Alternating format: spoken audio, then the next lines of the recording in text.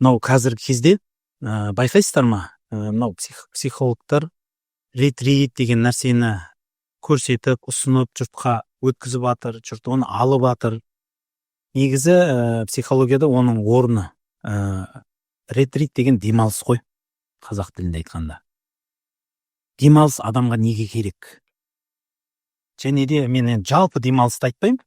Осы бір рухани демалыс деймін ба, қалай айтсам болады екен. Демалыс деп айта берейінші, сосын кейін реттеймін. Негізі уақытымен адам демалу керек. Неге? Өзіңіз қараңызшы, сіз қазіргі заманда қандай заман өмір сүріп жатсыз? Біріншіден, информация тола заманда өмір сүріп жатсыз. Телефон ашсаңыз, түрлі информация, күніге жаңалық, күніге бір жаңалық емес, күніге бірнеше жаңалық, арқасынан жете алмайсыз қуалап. Екінші тема, екінші тақырып осы жердегі. Адамның бір өмірде бір мақсат қояды ғой. Сол қойған мақсатыңыздың ішінде міндетті түрде ортадан кесе көлденеңдеп шығатын қарсылықтар шыға бастайды. Мүлде мақсатыңызға қатысы бар, немесе мақсатыңызға қатысы жоқ дүниелер шығады. Мысалы, сіз жол жүріп келе жатсыз, бір нәрсені мақсатқа қойдыңыз, ортадан бір нәрсе шығады, әйтеуір сізді тоқтатады. Ойыңызды бөледі, оңға, солға бөледі. Не бала шаға, не ағайын туыс, бір жақыныңыз қайтыс болып кетеді, пәленше ауырып қалады. Жаңа сіздің жұмысыңызға қатысы жоқ, немесе өмірлік бір алға қойған дүниеңізге қатысы жоқ. Немесе басқа да түрлі өзіңіздегі денсаулық мәселелер. Міне, осындай түрлі проблемалар адамды энергиясын, әл қуатын, күшін оңға солға тартқылап жұлғылай бастайды. Уақытыңызды кетіре бастайды. Уақыт, энергия, күш, қуат, барлық нәрсе есептеулік берілген адамға. Осының барлық жан-жаққа тартыла бергеннен кейін адам өзінің күш қуатын жоғалтқаннан, өзінің алға қойған бір мақсатына деген мотивациясын жоғалтқаннан өмірі жан-жаққа тарқай бастайды. Екіншіден, байқайсыздар ма, адамның проблемаларының көпшілігі негізі өзінен да және өзінің ойынан. Адам өзінің ойын басқарамағасын түрлі ойлар келеді. Өйткені интернетті ашасыз, кино көресіз, жаңалық естесіз, тіпті қызықшылық, әртүрлі тиктокты шұқып отқан кезде де ойлар, түрлі нәрселер сіздің миыңызға ұрланып келеді. Осы ойлардың барлығы сізге тыныштық бермейді бәрібір. Ортадағы алға қойған фокус дейді ғой, мысалы бір мотивацияға қойып, бір қатты қызығушылығыңызды бір жаққа жүріп баратсаңыз, сіздің фокусыңызды жан-жаққа қарай тарқатады. Яғни себептер сыртқы, ішкі, сіздің ойыңыз, көңіл күйіңіз, денсаулығыңыз, осы себептердің барлығынан сіз белгілі бір дәрежеде шаршайсыз. Ендеше осы нәрселерді шығармай, реттемей, дұрыс демалмай, сіз алға қойған мақсатыңызға жете алмайсыз біріншіден, сосын өміріңіздегі мынау күш, энергияңыз жан-жаққа тартылып тұрған сияқты болып, мақсатыңыз да көз алдыңызда сағым сияқты көлегеленіп кете бастайды. Құрметті жақсылар, бұл заманауи өмірдің тірлігі. Яғни осы заманда сіз демалуыңыз керек. Біреулер енді сол демалысты өз-өзіне қателікпен демалады. Мысалы, жұмыстан келеді, тикток шұқиды, демалып отырмын деп ойлайды. Ол арзан дофамин алып жатыр. Арзан дофамин алғаннан, яғни сен анан түрттің бір кішкентай қызықшылық көрдің, сол арқылы миыңда алданасың. Ал негізі сен еңбек етіп соның рахатын көруден ұзақтап атсың, және миыңды жалқаулыққа үйретіп жатқанның себебінен алға қойған мақсатыңа сен жете алмауға энергия жоғалтуың бірден бір көрінісінің осы себебі. Енді осындай түрлі нәрселердің сізге пайдасыз нәрселердің себебінен сіз күш қуатыңызды, энергияңызды, тіпті алға қойған қызығушылық мотивацияңыз жоғалтып быт-шыт болады өміріңіз. Осылайша сіз дұрыс демалуды үйренуіңіз керек. Ендеше дұрыс демалуды айтатын маман адамдар айтуынша, осы психолог мамандар, дәрігер мамандар айтуынша, адам басы шаршаса, оны физикалық демалу керек. Яғни іс-қимыл, спортта, қара жұмыста, үйдің жұмысы, әйтеуір сондай бір қара жұмыспенен айналысуыңыз керек. Және керісінше сіз қара жұмыстан шаршап келсеңіз, онда жұмыстың бәрін қойып, миды жұмыс ететін нәрсеге қарай, яғни ойды бәрін әрдайым осылай алмастырып отыру міндет болады. Демалыс ендеше сіздің шаршағаныңызға қарай ұсынылатын нәрсе. Біз Рамазан туралы сөзді бастадық. Рамазанды айтқым келетіні, Рамазан айы негізі рухани демалыс айы. Оның мағыналарын Құрандағы иншалла тақуалық үшін келгендігін басқасын иншалла ертеңгі бір отырысымыз айтармыз. Ертең міндетті түрде қосыламыз. Ал бүгін мен айтпақ дүнием осы Рамазан бір ғалымның әдемі сөзінен естіп қалдым. Байқайсыз ба, Рамазанда не істейміз? Біз ораза тұтамыз. Оразада сіз тамақтан, судан тыйыласыз күндіз. Бір, яғни физикалық өзіңізге тыйымдар саласыз. Бір ма? Тәніңіздің проблемаларын тоқтатуды үйренесіз. Екіншіден, ол шахуат мәселесін, нәпсіні тыя бастайсыз. Күндіз сіздің адал жарыңыз үйленген болсаңыз да, нәпсіңізді тыюға міндеттелінеді. Ендеше өзіңіздің нәпсіңізді адал болған нәрседен тыюды үйренесіз. Арам мұнда тұрсын, адал нәрседен тыюды үйренесіз. Нәпсі және дене. Нәпсі мен дененің құрсауынан бізге шығуды үйретеді. Ойлаңызшы, жыл 12 ай бойы біз өзіміздің нәпсімізбенен осы денеміздің бұйрығында жүреміз. Яғни шаршадың, ұйықтадың, қарның аштың, жедің, жаңа нәпсің тарттың дегендей өзің орындадың, мысалы бір кейбір нәрселер. Міне осындай барынша адал орындағанның өзі кейде тіпті адал тірліктердің өзі адамды тәнін және де нәпсісінің құлына айналдырады да біздің рухымыз күші азаяды. Рух күші азаяды. Иман күші азаяды. Біздің энергия күшімізді жейтін тән менен нәпсіміз күшейе бастайды. Жылына Алла Тағала бір мәрте, бір ай осы демалысты ұсынып берді.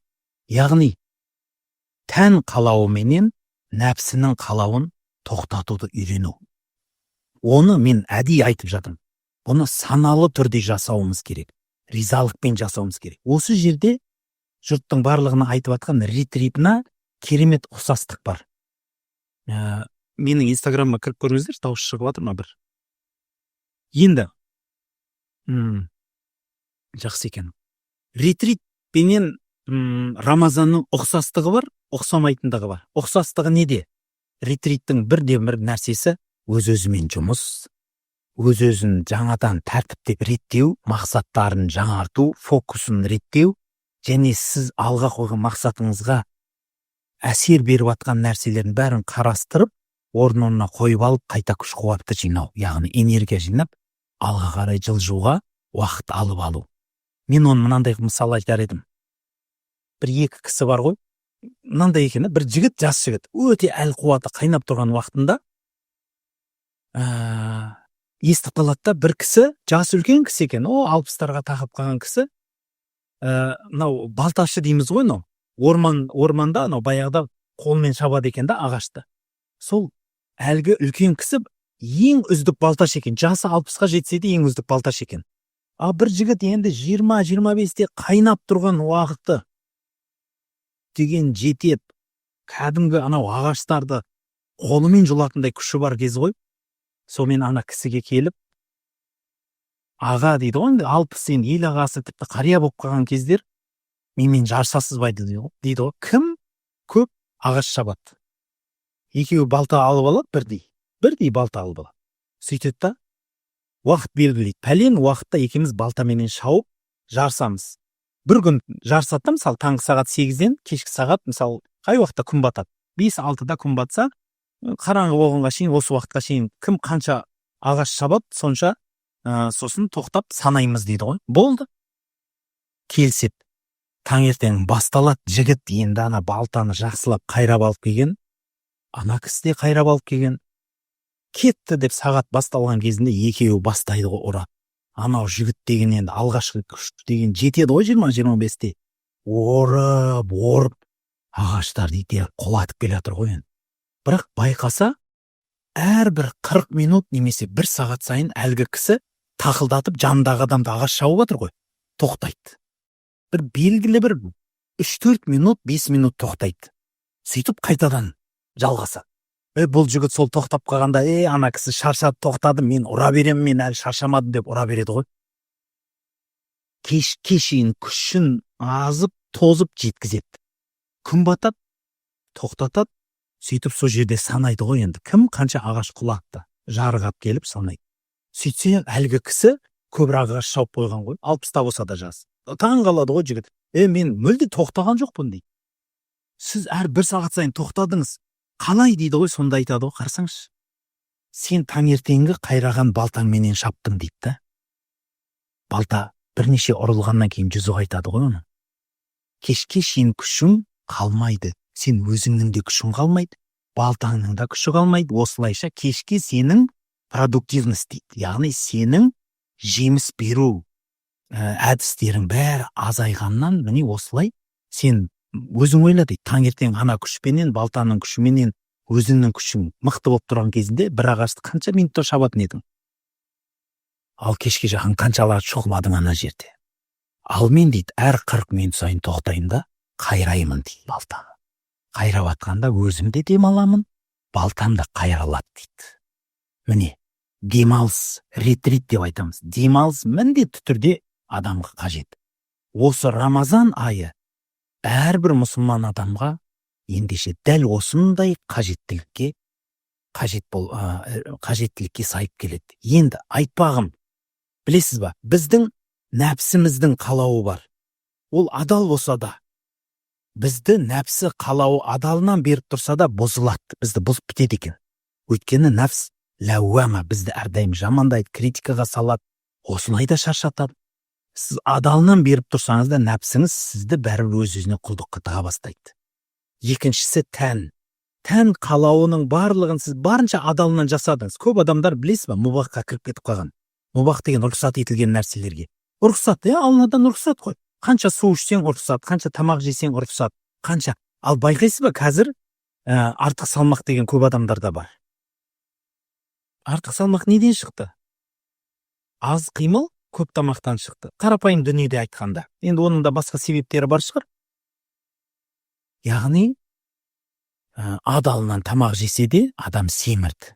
Организм бұзылады, семіргеннен кейін денсаулығының бәрі қирайды. Ендеше, тіпті адал тамақтың өзі сіз нәпсіңізге, тіпті тәніңіздің рахатының бәрін адалынан рұқсат беріп тастасаңыз да, сізге зияны жетеді оны. Сіз тән қалауының құрсауына айналасыз. Мысалы, шай ішпей жүріп, бас ауруы болып, шайхорлыққа түсіп қалғаныңызды білесіз. Мысалы, байқайсыз ба, ораза кезінде түс уақытында тамақ жемейсіз. Тамақ жемегендіктен, қолыңыз бос қалғандықтан, кейде бос уақытын адам өзінің қолдануды үйренбегендіктен не істерін білмей қалады. Сөйтсе, қарын ашпаса да бір жей береді екенбіз ғой біз кейде. Тамақты қарның ашпайды, бірақ қызық үшін, басқа үшін адал тамақ жеп жатсыз, еш нәрсе жоқ, бірақ уақытыңызды құртып жатсыз, күшіңізді құртып жатсыз, денсаулығыңызды құртып жатсыз, және тәннің құрсауына түсіп жатсыз. Ендеше аскеза деген дүние бар. Психологияда осын солай деп айтады. Адам өз-өзіне белгілі уақытта аштықпенен, белгілі уақытта кейбір өзінен рұқсат етілген нәрсеге рұқсат бермеу арқылы өмірінің дәмін көруді үйрететін нүктелер. Мысалы айтайық, сіз тәттіні жақсы көресіз. Шоколадты мысалда, Қазақстан шоколады кім жақсы көрмейді айтыңыз. Жақсы көрмеймін деп көріңізші, жалғаншы боласыз ау. Мысалы, сіз өзіңізге 40 күнге сол шоколадты жегізбей қойыңыз. Бірақ бір шартыменен, күніге алдыңызда тұрады ол. Күніге алдыңызда ашып қойып қойасыз. Дастарханыңызда тұрады, бірақ сіз қарайсыз да жемейсіз. 40 күн. 40-шы күн болған кезде өзіңізге шоколадтың бір төртбұрышын жеуге рұқсат беріңізші. Көресіз, жасап көрсеңіз. Мақұл, ұзаққа кетпей қойыңыз, 10 күн беріңізші. 10 күннің ішінде білініп қалады, маскаңыз шешіліп қалады. 10 күннің ішінде әлгі төртбұрышты шоколадты аузыңызға салған кезде білесіз ба, ана миыңыздағы гормондардың ұшқанын, кәдімгі анау радуган не дейді қазақшада? Кемпірқосақ, миыңыздағы ана дәмнен кемпірқосақтар шығады ғой. Не деген рахат болады. Дәл сол сияқты Рамазан бізге тән құрсауынан, бір ма? Екіншіден нәпсінің құрсауынан шығуды үйретеді. Бұл бізге не береді? Артық энергия береді. Артық фокусировкаға күш береді. Алға мақсатымызға жәрдем береді. Денімізге саулық береді. Өзімізбенен бос уақытымызды көбейте бастаймыз. өзімізді тәртіптеуге сана береді дейміз. Өйткені пайғамбарымызда хадис бар, білесіз ба? Рамазанның тағы бір нәрсесі, сенің дейді, өтірік сөзді, өтірік куәлікті қоймағаның дейді, сөйтіп жүріп ораза тұтқаның әшейін жүрген аштығың болады деген сөз бар пайғамбарымызда. Яғни ораза кезінде адам тек қана нәпсі қалауын емес, арам нәрселерден одан да қатты тыйылу керек. Тілін тыю керек жаман сөзден, балағат сөзден, өтірік сөзден, өсек сөзден. Көзіңізді, құлағыңызды жамандықтан барынша тыйсаңыз, 30 күн өзіңізді осылай тыйып жұмыс істесеңіз, сіз жеңіске жеткіштерден боласыз. Орысша айтқанда достигатор деп айтады. Сіз мақсат қоясыз, және соған жететін боласыз. Себебі Рамазан сізге жігер береді, энергия береді. Сізге бос уақытыңызды пайдалануды үйретеді, өміріңізді тәртібін үйретеді. Күшіңізді жұмсайтын артық күш қуат тауып береді. Бірақ бұның барлығын сіз міндетті түрде саналы жасауыңыз керек. Осознанно дейміз. Саналы түрде жасамасаңыз, о Рамазаныңыздың бәрі әшейін нәрсе. Мен қанша адамды білем, ораза тұтады, жұртпен қосылады, жай ғана оразасы өтіп кетті. Қалай болды десе, о, күшті болды дейді. Оның күшті болды деген ауызжасарда қиқың-сиқың әңгіме, жігіттермен жүрген бір күлдіргі уақиғалары болды. Рамазаннан басқа дым қылмайды. Рамазан ондай емес. Ал білесіз ба, енді ретриттан өзгешелігі және артықтығы Рамазанның. Біріншіден Рамазанның ғибадаты, құлшылық. Сіздің әрбір нәрсеңізге сіз сауап аласыз. Ақыреттік дорбаңызды үлкейтесіз. Қияметте есеп қисабыңыздың реті тәртіптеледі. Пайғамбарымыз саллаллаху алейхи ва саллям айтады, кім сондай сөз бар пайғамбарымызда. Ораза тұтатын болса, Алла тағала айтады екен ғой, мен оның сауабын жеке берем, басқа амалдарға қоспай берем дейді. Рамазандағы оразаның сауабы өзгеше болады. Ендеше бұл жай ретрит, Сіз оған еще ақша төлейсіз. Бір психологқа барып, мына жерде тегін Алланың бұйрығын орындап жәннатқа жетесіз. Жәннатта Раян деген қақпа бар. Ол қақпадан тек қана оразашылар кіреді, және басқа адамды кіргізбейді деген сөз бар. Рамазанды кім жақсы көреді? Сол қақпа соның кіретін жері болады. Құрметті жақсылар, Рамазан айын руханиятқа байғып өткізіңіз. Саналы өткізіңіз. Әйтеуір ағып атқан суда, ағып атқан бөрене ағашы болмаңыз. Бәлки саналы түрде өзіңізге мен адал ас болса да өзімді тыйдым деп тоқтатыңыз. Нәпсіңізді тыйыңыз. Күнделікті өміріңізді реттеңіз. Ал бос уақытыңызды тәртіптеңіз. Тәртіптеу қалай болады? Рамазан айы құлшылық ғибадат айы. Құран айы. Рамазан айы зікір айы. Өз-өзіңізді тәртіптейтін, өз-өзіңізді реттейтін ай. Яғни сенімділік, өз-өзіңізге қате кемшіліктеріңіз түзету, артық ашушаңдық, жаман сөз, балағат сөз, қырсық әдеттер, осының бәрін Рамазанда тастап өз-өзіңізбен жұмыс жасайтын ай. Жай ғана ай емес. Рамазанда жаман мінездерді, жаман әдеттерді тастаймыз. Жалқаулық, құмарлық, уақытыңызды зая кеткізу, жаңағыдегі жастардың бекерге кафе, мафиге барып, айдалаға ақшасын шашып келуі, пайдалы өткізсеңіз бір бөлек. Достарыңызға арнап өткізіп, бірақ сол дастарханыңыз Аллаға жақындататын дастархан болып өтуі, ол бір бөлек әңгіме. Және де осы Рамазанда сигарет тастай алмай жүрем деген адамдарға міне пайдалы уақыт. Тастауға жағдайыңыз бар. Өйткені таңнан кешке шейін сіз тастай алдыңыз, арғарада күшіңіз жетеді. 100% жетеді. Ендеше сіздегі әшейін әдет болып қалған нәрсе бар. Ол сіздегі бір сұраныс емес жүрегіңіздің. Сіздің нәпсіңіздің де сұранысы, сіздің тәніңіздің де сұранысы емес. Рамазан тәннің және нәпсінің құрсауынан айырылатын ай екенін ұмытпаңыз. Ендеше осы айды, осы бір ұран менен тән құрсауы, нәпсі құрсауынан айырылайық, және өзіміздің рухымызды байытайық деп өткізсеңіз екен. Рамазан айы өзімізді зерттейтін, қате кемшілігімізді түзететін, барынша алға қарай өзімізді сүйреуге күш қуат жинайтын ай. Рамазан айында дүние тіршілігін азайтыңыз. Өйткені сәләф салихтарымыздан, үлкен ғалым, үлкен ғұламалардан, әулиелерден қалған сөз бар. Рамазан айында көп ғалымдар беретін сабағын да тоқтатып қояды екен. Сөйтіп, өздері көп Құранға отырады екен, көп құлшылыққа отырады. Оның себебі өз-өзімен жұмысқа отырады. Яғни, бір жыл бойы Алла үшін жұмыс істеді, енді бір ай өз-өзімен жұмыс істейтін уақыт болады. Міне өзіңізге уақыт арнайтын, өзіңізге күш жинайтын, бүкіл істеріңіздің бәрін былай алдыңызға қойып, мынау жақсы деп жақсыларыңызды алып қалып, мынау жаман амалдар деп тастап, қайтадан оралмайтындай қылып тәубе қылатын ай екен. Рамазанды тәубемен бастаңыз. Бекер айтпайды. Рамазанның әуелгісі, ортаңғысы, аяғы бар деп айтады. Ал біреулер айтады, Рамазанның алғашқы күнінен Алла тағала біздің күнәмізді кешіріп бастайды. Аяғына таяу және ең соңғы күні Алла тағала өте көп кешіргені сонша деп айтады. Алла тағала сол күндері жомарттығы басқа ешкімге ұқсамайтын жомарттыққа айналамды. Ойлаңызшы, Раббымыз жомарттық жасаған. Ендеше Рамазан айында пейіліңізді жомарт қылатын, қалтаңызбенен жомарттық жасайтын, мінезіңізбен, тіліңізбен жомарттық жасайтын ай екен. Осы ай берекелі болсын. Сауда саламат болыңыздар. Бай, мықты қылып руханиятқа толтырып өткізіңіз. Тілекшіміз.